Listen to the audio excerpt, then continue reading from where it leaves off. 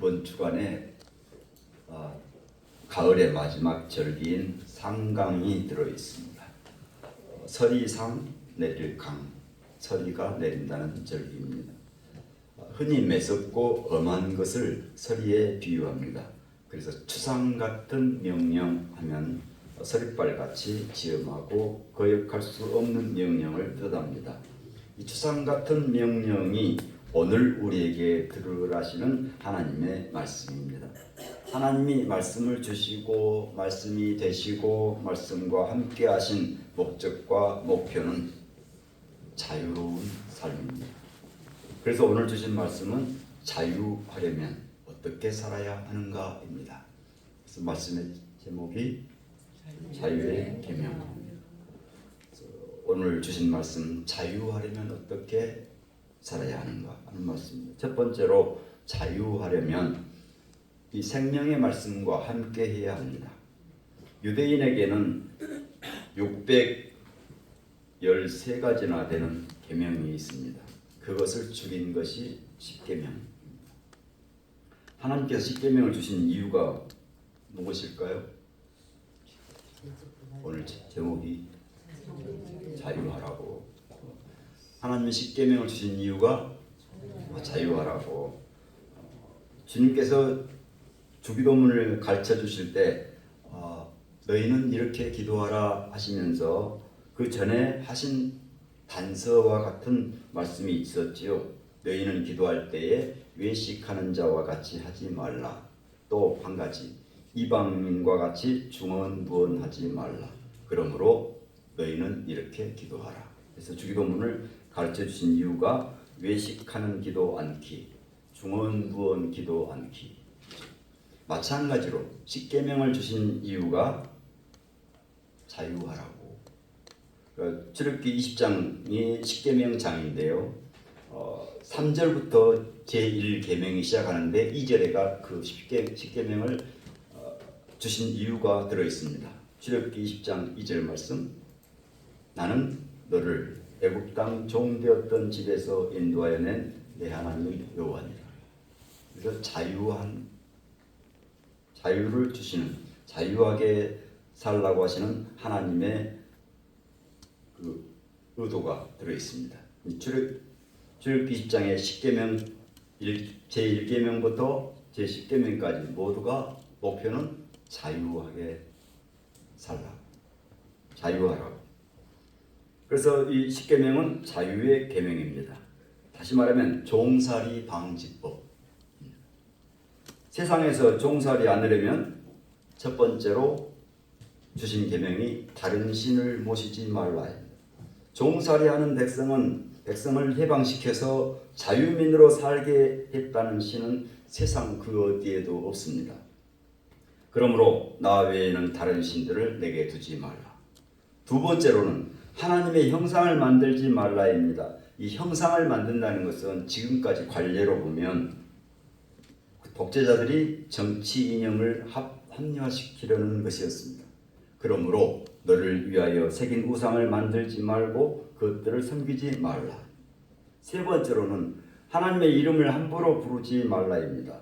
그동안 수많은 통치자들이 하나님의 이름을 빙자해서 압제하였기 때문입니다. 그러므로 하나님 이름을 망령되게 부르지 말라. 가장 중요한 계명인 네 번째 계명은 안식일을 지키라입니다. 노예로 사는 사람들도 쉬게 하려고 하는 하나님의 계획이었죠.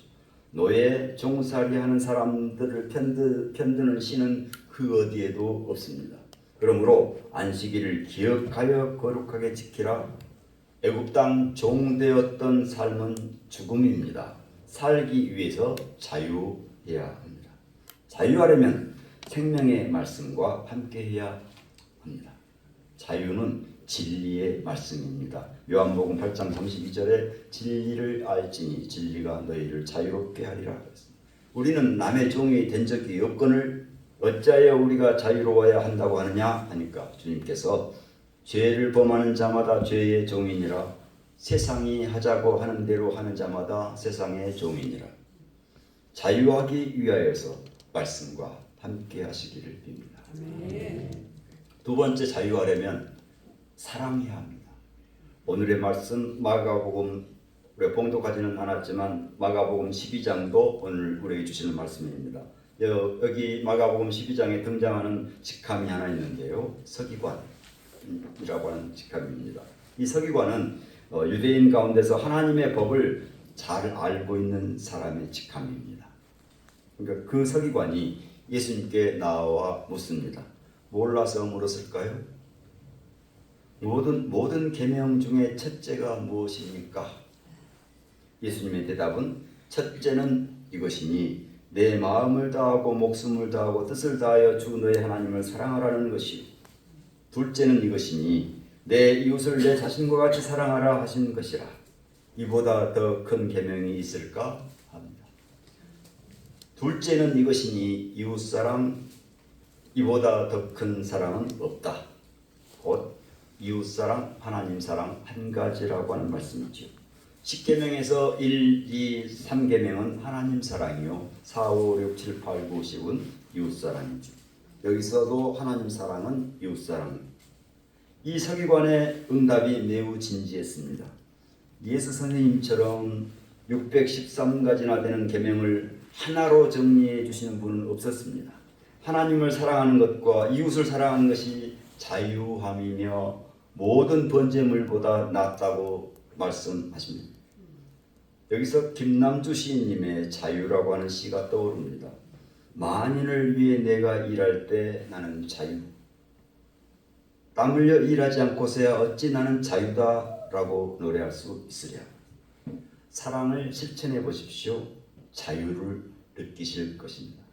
자유하려면 사랑해야 합니다. 자유는 사랑입니다. 갈라디아 5장 13절이죠. 형제들아 너희가 자유를 위하여 부르심을 입었으나 그러나 그 자유로 육체의 기회를 삼지 말고 오직 사랑으로 서로 종노릇하라. 그러니 자유하기 위해서 하나님 사랑, 이웃 사랑을 행하시기를 빕니다. 아멘. 세 번째, 자유하려면 평화해야 합니다. 자유는 평화입니다. 평화는 주님이 주시는 선물이죠. 자유하려면 평화해야 합니다. 평화하는 신앙, 평화하는 마음, 평화하는 행동, 평화하는 생각을 배우고 받고 듣고 보고 행해야 한다고 오늘 말씀하고 있습니다.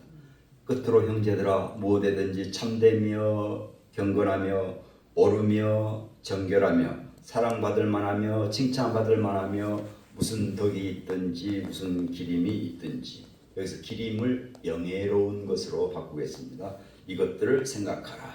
평화하는 신앙은 참되면서 경건해야 합니다. 평화하는 마음은 의로우면서 정결해야 합니다. 평화하는 행동은 사랑받을 만하며 칭찬받을 만해야 합니다. 평화하는 생각은 덕을 생각하면서 영예로운 것을 생각해야 합니다. 자유는 평화입니다. 평화는 주님이 주시는 선물입니다. 요한복음 8장 36절 그러므로 아들이 너희를 자유롭게 하면 너희가 참으로 자유로우리라. 자유하기 위해서 평화를 실천하기를 주님의 이름으로 축원합니다. 아멘.